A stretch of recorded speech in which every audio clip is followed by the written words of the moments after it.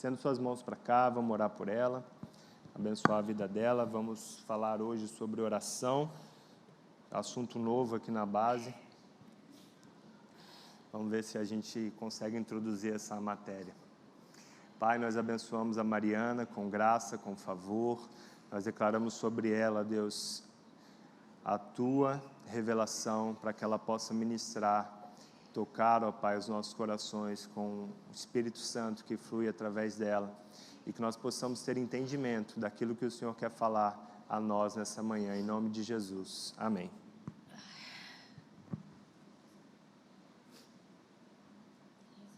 Bom dia.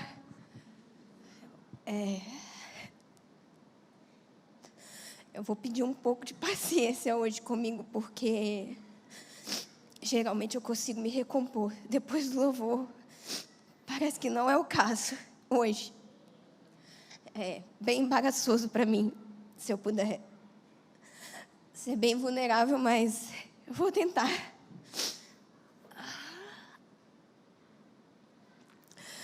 Bom, como eu disse, paciência, por favor. Desde semana... Obrigado, meu bem. Desde semana passada, a gente tem falado um pouco sobre oração, sobre como Jesus nos convida para a família de Deus. E, a partir desse lugar, Ele nos chama para estar onde Ele está, contemplar a Sua glória e interagir com a atmosfera celestial, para que a gente possa interceder de acordo com aquilo que Ele está fazendo ali. Existe um convite para nós, para estar na sala do trono, olhando para a glória de Jesus. E isso deveria mexer em algo no nosso coração profundamente e nos impactar profundamente o privilégio que nós temos de contemplar a beleza de Jesus, de ser maravilhado por quem Ele é e de adorar Ele não num lugar de servidão apenas, mas num lugar de conhecê-lo intimamente, profundamente. E às vezes a gente pode pensar assim, tá, mas como é Jesus? Desculpa, gente. Como é Jesus, sabe? Com que Ele se parece? Será que eu posso saber como Ele é? E a verdade é que sim, que nós podemos saber como Jesus é, porque a própria Bíblia nos fala de como Ele é, né? O primeiro capítulo de Apocalipse descreve Jesus como Ele é, e eu queria te convidar a ler comigo Apocalipse 1, a partir do verso 5. Eu vou ler aqui. Obrigado, Mari. Vocês podem abrir Apocalipse 1, quem sabe eu ganho um tempinho para...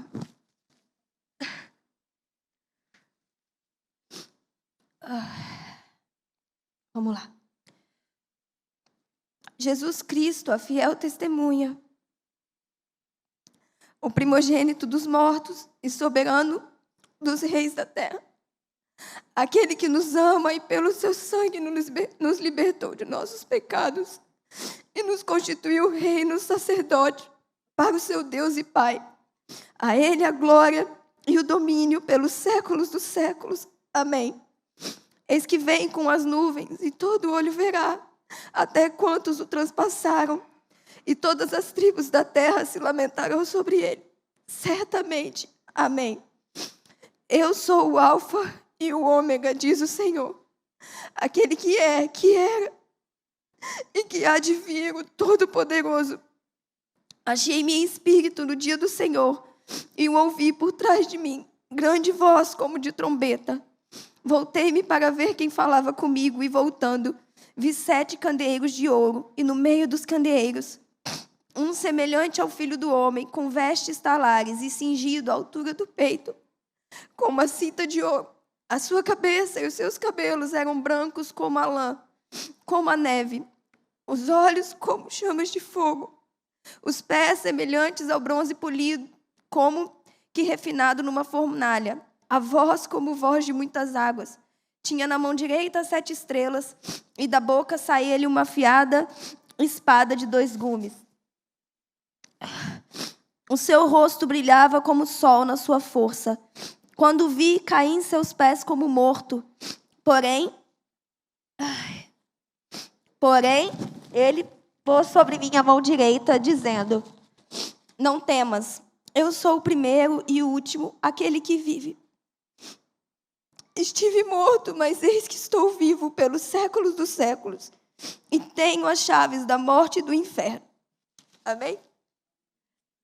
Sabe, essa descrição de Jesus deveria ser o suficiente para que a gente se prostrasse e adorasse Ele, porque nesse pedacinho, dependendo da sua tradução, tem mais ou menos 22 descrições. E a verdade é que Jesus, ele não se apresenta assim, ou ele não é assim por um acaso, mas ele é assim porque cada uma das características dele corresponde a uma necessidade do nosso coração. Sabe, as características de Jesus, elas falam da beleza, do caráter, da personalidade, da missão e do poder que ele carrega. Quando nós oramos, nós podemos contemplar esses atributos e permitir e deixar que o nosso coração seja incendiado por ele. Essa série, como a gente já falou, é baseado no livro do Vitor. E lá no livro dele, ele vai falar de todas essas características, mas a gente não tem tempo aqui para tratar de todas elas. Mas eu queria falar de algumas com vocês que eu senti o Espírito Santo saltar para mim. E a primeira delas é fiel testemunha. Essa é a primeira característica quando a gente abre lá em Apocalipse 1. E a fiel testemunha, ser fiel testemunha, fala do caráter de Jesus. Sabe, quando Jesus diz, eu sou a fiel testemunha, Ele está nos assegurando que nós podemos confiar em tudo que Ele diz. Porque tudo que Ele fala é verdade. Sabe? E tudo que Ele diz é digno de confiança. Cada palavra que sai da boca dEle, nós podemos nos agarrar a cada uma delas, porque Jesus não fala nada em vão. Jesus não abre a boca para falar qualquer coisa, para preencher um silêncio. Toda vez que Jesus fala, Ele está totalmente comprometido com a autoridade para cumprir as palavras que Ele nos disse. Ele possui autoridade para nos liderar, sabe, ao plano original de Deus. Ele possui autoridade para cumprir o plano de Deus. E Ele é rei e reina hoje e reinará para sempre.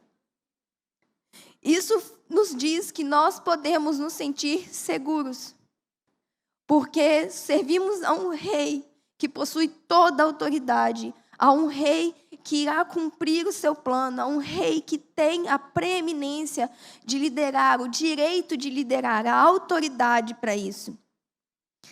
A terceira característica são os olhos como chamas de fogo.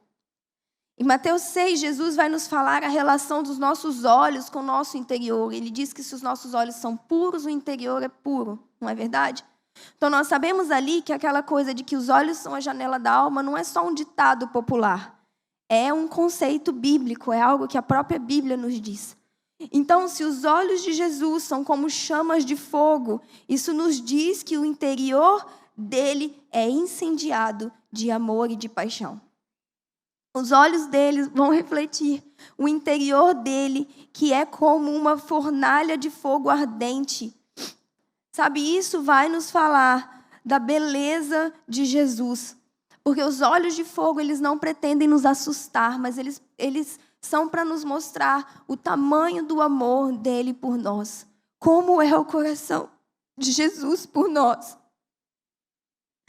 Esses olhos de fogo nos dão a plena confiança de que esse amor não é passageiro. Ele queima continuamente, ele não vai se apagar. Esses olhos de Jesus, eles nos dizem que esse amor nos envolve de tal maneira que nos abraça com uma paixão, mas também tem capacidade de nos purificar de tudo que não é santo. Sabe, o amor de Jesus, ele é um amor verdadeiro e fiel.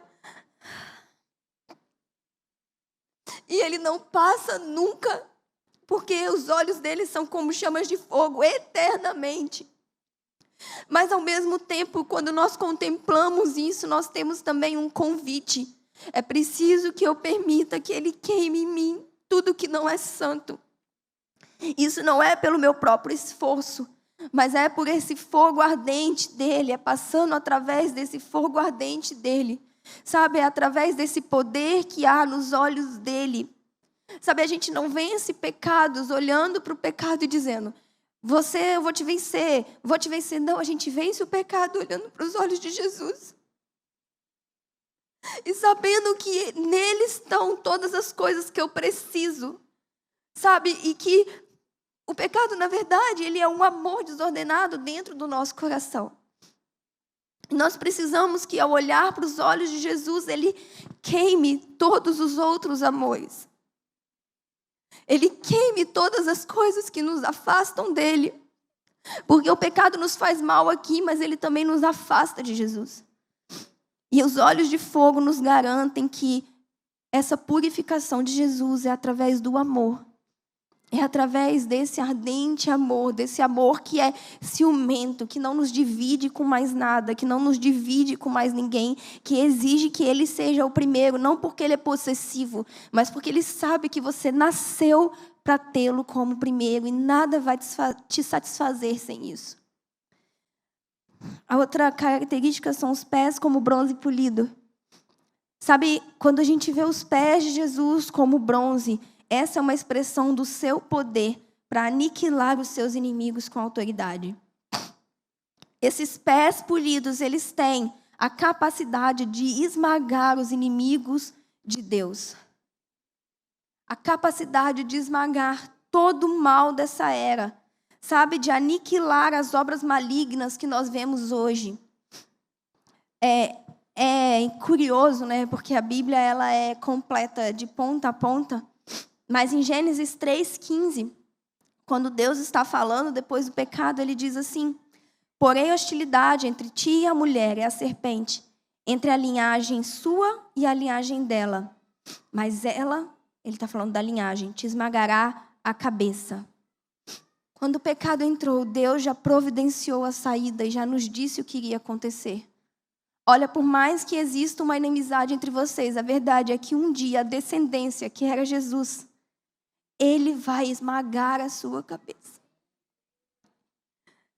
Nós podemos estar seguros de que nada de mal e maligno nessa era vai permanecer para sempre, mas os pés como bronze polido um dia vão aniquilar Satanás e suas obras de uma vez por todas. E tudo isso que nós vemos hoje no mundo e que corta o nosso coração, saiba que corta ainda mais o coração de Deus, mas Ele tem um plano. Nós não estamos sós, deixados à mercê das maldades desse mundo. Mas Jesus um dia aniquilará cada uma delas, por amor a nós. Sabe, nós precisamos conhecer os atributos de Cristo, conhecer a Jesus, porque assim o nosso coração é atraído para nos aproximarmos dEle. João 17,3 diz que a vida eterna é conhecer a Deus. Porque o conhecimento de Deus, ele vai responder aos reais desejos do nosso ser. Nós fomos feitos para uma coisa, conhecer a Deus e ser conhecido por Ele. Ter intimidade com o Senhor e permitir que Ele entre no mais profundo da nossa vida e nós sejamos feitos um com Ele. Mas para que isso aconteça, nós precisamos ter a disposição de aprender quem Ele é. Sabe, João, ele não conhecia nenhuma dessas características de Jesus antes dessa ocasião, dessa revelação que ele trouxe.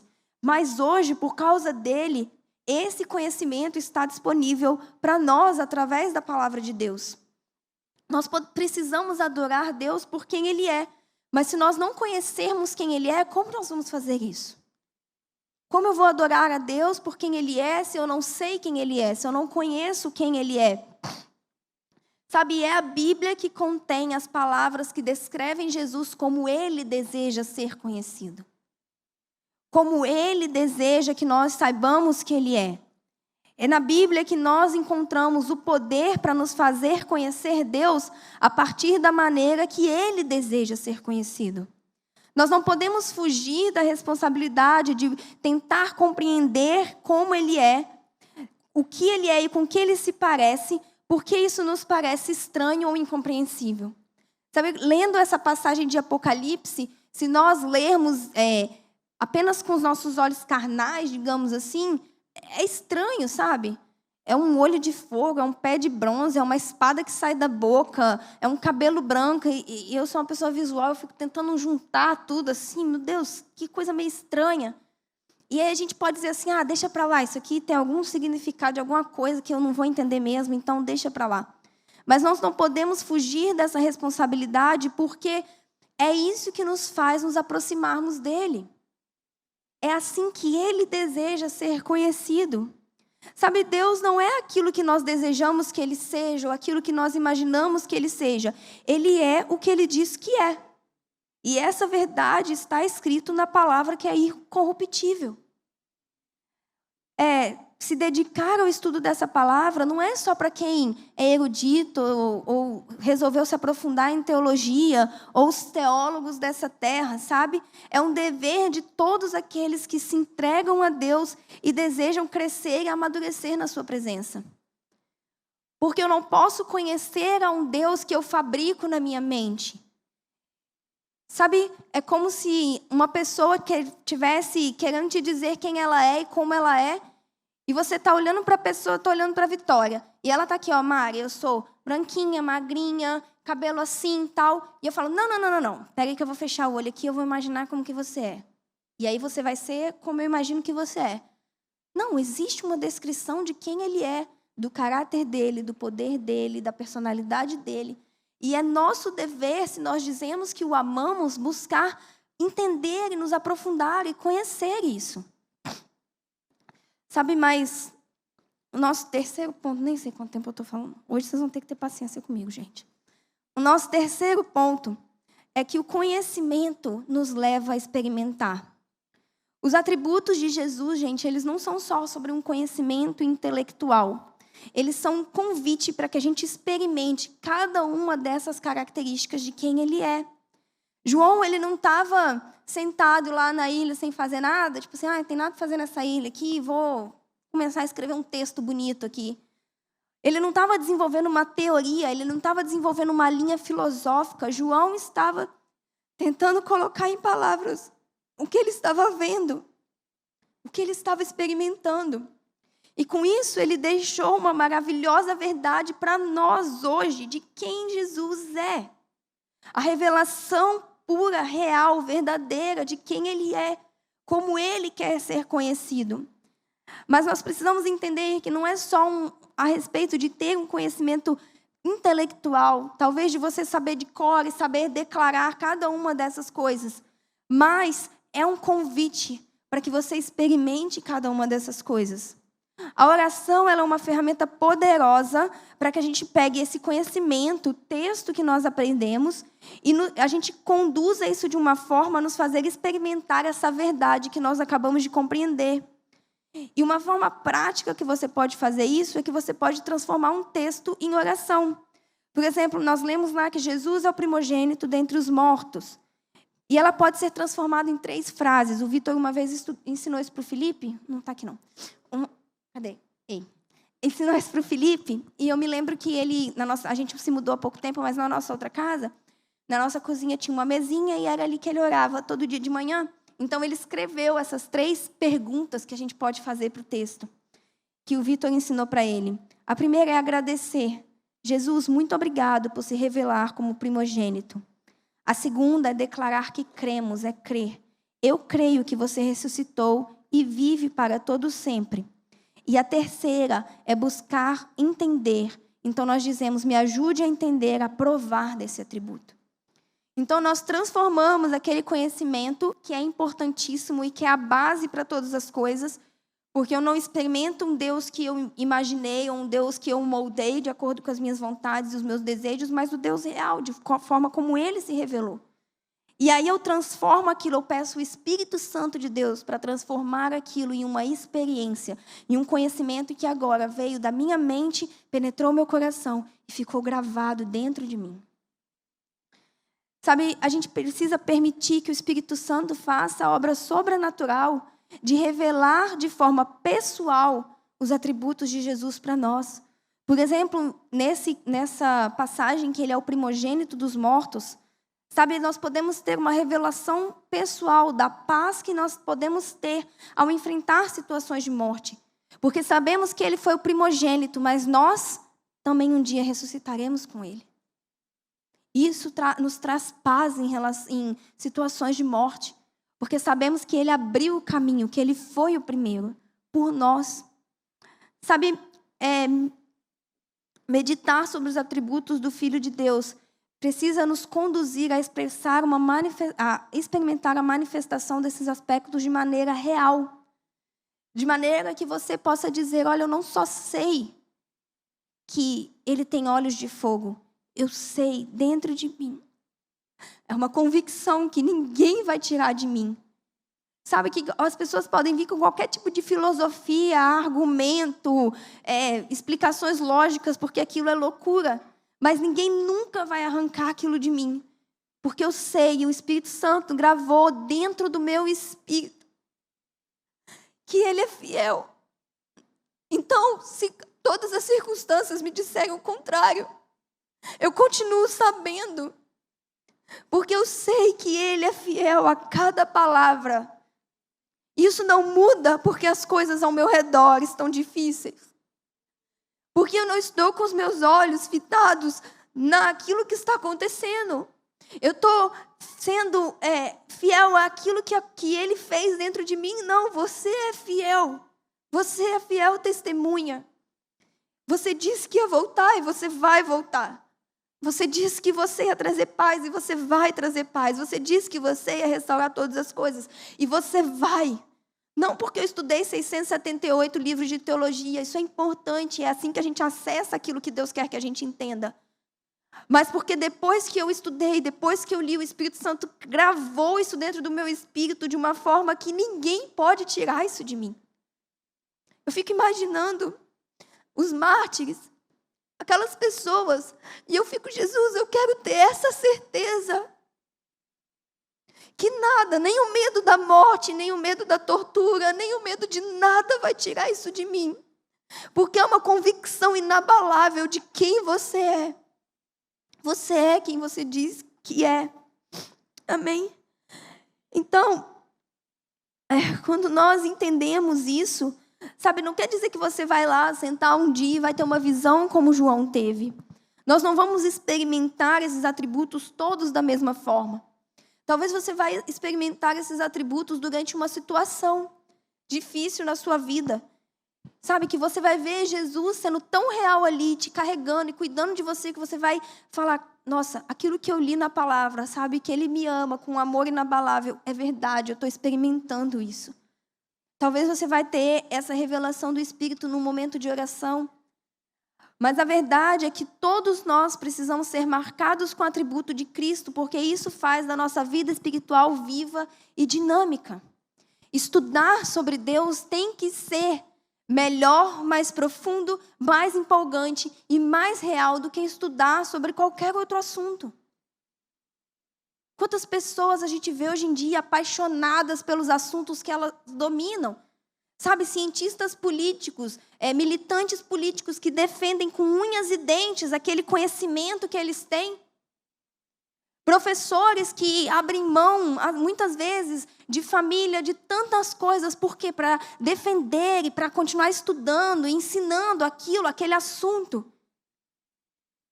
E nós, muitas vezes, o conhecimento de Deus, aquilo que nós estudamos sobre Deus, não gera em nós esse tipo de paixão. Porque nós não permitimos que o Espírito grave em nós profundamente essa revelação de quem Ele é. Sabe, toda vez que eu sinto a minha vida espiritual esfriar, eu não preciso de uma música inspiradora.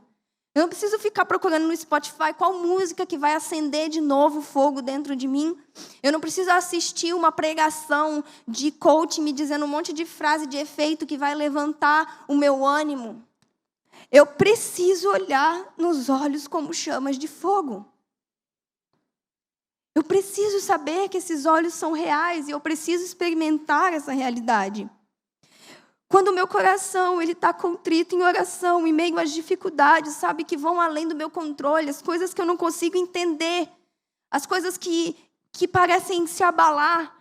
Sabe quando parece que você está pisando e está tudo tremendo em volta e você fala, eu não sei o que eu vou fazer.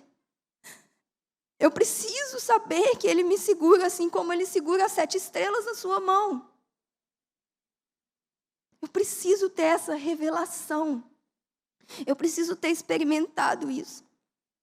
Cada vez que eu tenho um pecado que parece que eu não consigo vencer, parece que é invencível, que é mais forte do que tudo, eu preciso experimentar a espada afiada que sai da sua boca, que se torna uma arma para mim. Sabe? E em meio às dúvidas que a gente possa ter no futuro, eu preciso ter a convicção de que Ele já me provou, me mostrou e me fez experimentar que Ele é o começo e o fim. Que todas as coisas estão guardadas nele.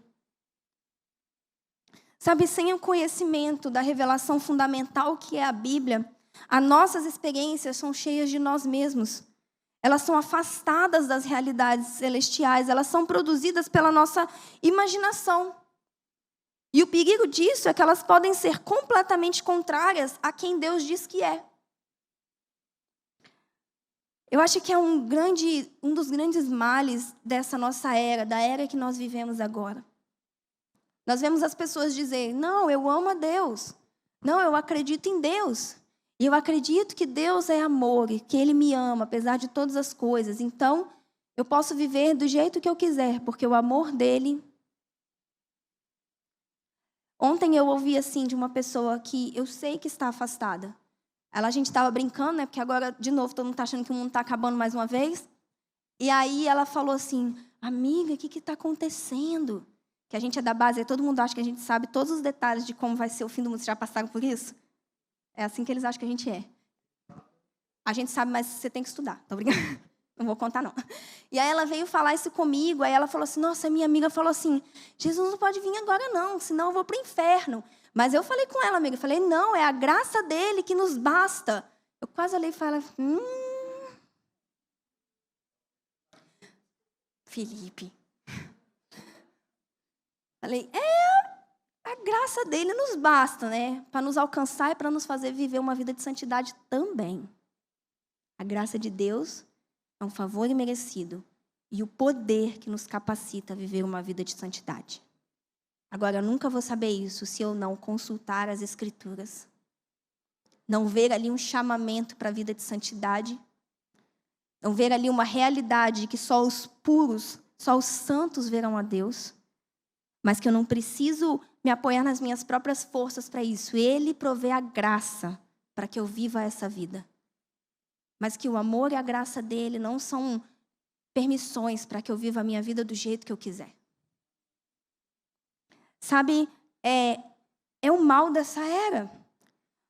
Essa era, ela molda Deus aos seus próprios conceitos de amor. O que é amor? Hoje em dia, você fala, Deus é amor. E as pessoas acham que porque Deus é amor, Ele vai compreender todas as coisas. E Ele vai saber que durante 3 anos eu nunca tive tempo de orar. Eu tinha um monte de coisa para fazer. Sabe, a gente molda, essa era, ela molda Deus aos seus conceitos de bondade. Deus é bom. Então Ele nunca deixaria, né, as pessoas irem para o inferno. Aí isso leva a gente às teorias mais bizarras, sabe? Tipo, não existe inferno. Porque a gente não deixa que Deus nos mostre quem Ele é, do jeito que Ele quer nos mostrar quem Ele é, que é a Bíblia. Sabe, a gente vive numa era de gratiluz, né? A divindade é o que eu acho que ela é, então ela é uma paz interior, ela é uma luz na minha vida, ela é a ação do cosmos que faz com que todas as coisas sejam do jeito que eu quero. Não. Deus é quem Ele diz que é, e Ele diz que é quem é na palavra dEle. Agora, nós podemos também saber de cor a Bíblia. Uma vez, eu fiz uma coisa muito doida, mas foi muito legal. Quase morri, mas foi legal. Li a Bíblia toda em 30 dias. Falei, eu vou fazer isso aí. Gente, eu quase morri. Porque é muito para ler, era tipo 40 e poucos capítulos por dia. Quando chegava nos capítulos que era genealogia atrás de genealogia, eu falava, meu Deus, por que eu fiz isso? Mas foi muito bom. Agora, eu posso ler a Bíblia toda, todos os meses, e acabar decorando tudo que está ali. E possuir todo o conhecimento teológico dessa porção que nós lemos e de todas as outras. Mas se eu não tiver a revelação sobrenatural que vai além do meu intelecto, eu vou ser uma especialista em conceitos, mas totalmente estranha para Cristo. Eu vou saber cada conceito. Eu vou saber por que cada anjo é de cada jeito. Eu vou saber o que significa cada candelabro. Eu vou saber o que significa cada cabeça das bestas. Eu vou saber o CEP da onde que vai vir o anticristo. Mas se eu não tiver uma revelação sobrenatural que grave no meu peito, que grave no meu espírito aquilo, eu vou ser uma especialista em conceitos, mas estranha para Cristo. Sabe, eu posso conhecer a fé de todas as coisas que o Rick me disser sobre ela. E o Rick pode falar para mim dela tantas vezes que eu gravei. Mas quando a fé vier, se eu não passei tempo com ela, se eu não deixei que a presença dela mostrasse para mim quem ela é e gravasse isso dentro de mim, ela vai olhar para mim e vai falar, eu não sei quem você é. Nós precisamos entender que Deus, ele não está só no conhecimento e nem só na experiência. Porque as pessoas lá fora dizem que experimentaram Deus. Eu experimentei Deus. E quando você vai ver, eles vivem uma vida que não condiz com a vida de alguém que realmente experimentou Deus, quem Ele é. Talvez ela experimentou um Deus que ela fez a imagem e a semelhança dela. Mas Ele está no conhecimento que se prova real e na experiência que é fundamentada na verdade bíblica. Deus está na união dessas coisas, nós precisamos de ambos. Porque o conhecimento, ele vai me levar à revelação. E a revelação vai me levar à adoração. O que João faz? Eu caí como morto aos pés dele. Depois que eu vi isso tudo, eu não suportei. Sabe, essa adoração, ela nos leva a conhecer mais. A Bíblia diz que nós conhecemos quando contemplamos, quando nós estamos ali, contemplando a presença dele, na presença dele. É como um ciclo onde um conduz ao outro e ambos juntos nos levam mais profundo. Quanto mais eu sei, mais eu posso experimentar. Se eu só sei que Deus tem olhos como chamas de fogo, eu não tenho como experimentar um Deus que tem uma espada afiada que sai da boca dele, porque eu não sei que ele existe, eu não sei que isso é real. Então, cada vez que eu conheço, quanto mais eu conheço, mais eu posso experimentar.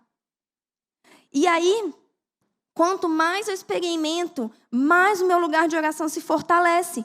E nesse lugar eu passo a contemplar. E quanto mais eu contemplo, mais eu conheço. E quanto mais eu conheço, mais a minha vida, ela parece fazer sentido. Porque o sentido da nossa vida é conhecer a Deus e ser conhecido por Ele.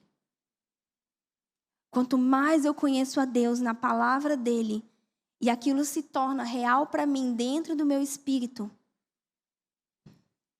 as tempestades dentro de mim, elas se acalmam. Aquelas confusões dentro de mim, elas... Parece que Jesus faz igual quando ele acalmou o mar, sabe? Ele fala assim, ei, eu estou aqui. Sabe, quanto mais eu mergulho em Deus, quanto mais aquilo é real para mim, mais eu vivo uma vida que não se afeta pelas condições externas, porque eu entendo que tudo isso aqui vai passar. E que tudo isso aqui é passageiro. Mas que Ele tem um plano eterno para mim. Sabe, eu queria te convidar nessa manhã a fechar os seus olhos. Alguém pode subir aqui para mim, por favor, para tocar? Eu nem sei se foi muito tempo, pouco tempo, acabou. Falei que vocês iam precisar ter uma paciênciazinha comigo hoje. Mas eu sinto do Senhor um convite para que nós sejamos, sim, um povo da palavra. A base é conhecida por uma igreja que tem um estudo muito sério, levado a sério, profundo. Isso é maravilhoso. Eu creio que o Senhor nos chamou para isso e colocou esse encargo nas nossas vidas como comunidade, sabe? Essa paixão pelas Escrituras, essa paixão de entender quem Ele é.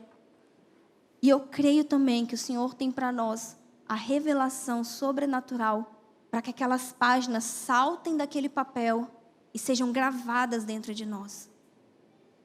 Porque a gente vai ser cada vez mais desafiado por essa era a respeito das nossas convicções, a respeito de quem Ele é, a respeito das verdades bíblicas. Cada vez mais nós vamos ser desafiados nessas coisas.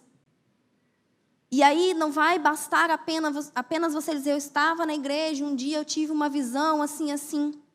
E também não vai bastar você dizer, não, porque eu li, eu sei que os 7 atributos do não sei o que é assim. Você vai precisar ter uma vida que diz, eu li que Deus é fogo consumidor. E eu sei que eu tinha algo na minha vida que eu não conseguia vencer, mas o fogo consumidor venceu e isso queimou os outros amores. É assim que nós vamos passar por essa era, conhecendo a verdade, para que a gente não seja abalado com as mentiras ou com os deuses que se produz por aí. Sabendo e tendo convicção de como Ele se revelou e quem Ele se revelou ser. E sabendo também que cada uma dessas características está gravado dentro de mim por uma experiência sobrenatural. Sabe, eu não quero que você se sinta pressionado quando eu digo experiência sobrenatural, a cair no chão, rolar, babar, falar em línguas. Isso é maravilhoso, eu sou suspeita. Mas uma experiência sobrenatural ela não é feita de manifestações exteriores apenas. Ela é algo profundo.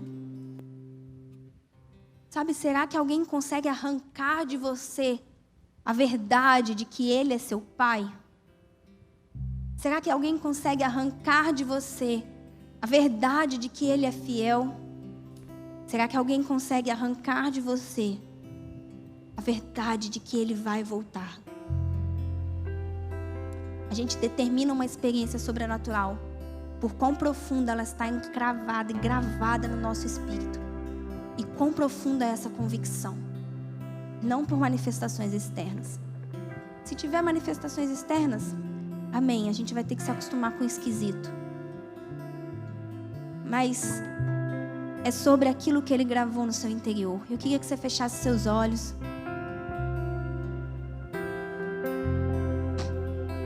E eu queria tentar uma coisa um pouco diferente. Eu queria que você pedisse agora ao Espírito para te lembrar de alguma característica de Deus que um dia você leu na palavra. Eu não sei o que é.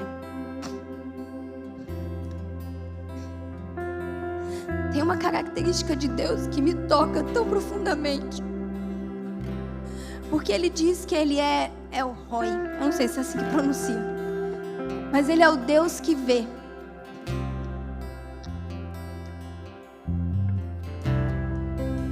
Sabe, eu sabia disso no meu intelecto.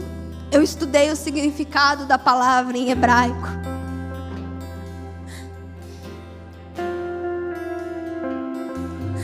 Mas um dia eu me senti vista. De verdade. Sabe, como alguém que não tem o que esconder. E hoje eu sei que Ele me vê. Que não importa a situação, Ele me vê. Sabe o que isso fez comigo? Isso abafou aquela necessidade de ser vista pelos outros, porque Ele me vê. Ele me vê. E eu queria que você pedisse ao Senhor para trazer à sua memória alguma coisa que você leu na palavra, que você conheceu, e que você agora, você e o Espírito Santo, pedisse a Ele que trouxesse essa revelação para você, que te fizesse experimentar isso de maneira real, que que fizesse com que essa verdade da palavra fosse gravada não só na sua mente, mas no seu espírito, de forma que ninguém mais pode tirar.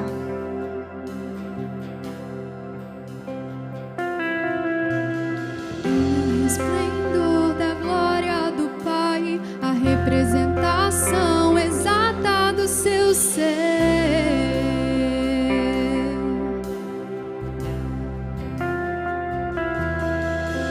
Sustentando todas as coisas pela palavra do seu poder.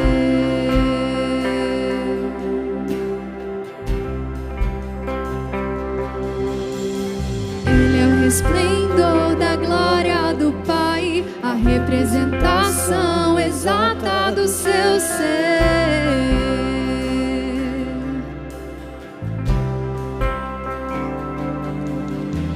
Sustentando todas as coisas pela palavra do seu poder.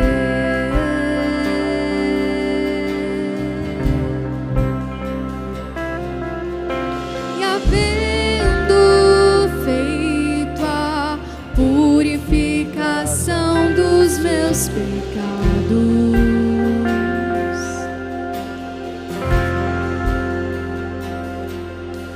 assentou-se à direita do Pai em majestade.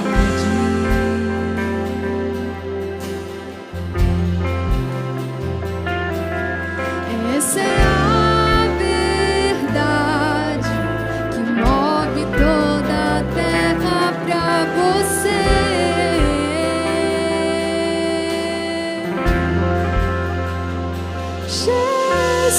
Jesus, aquele que fez paz entre homens e Deus, aquele que é Deus em carne, Jesus, excelente, superior.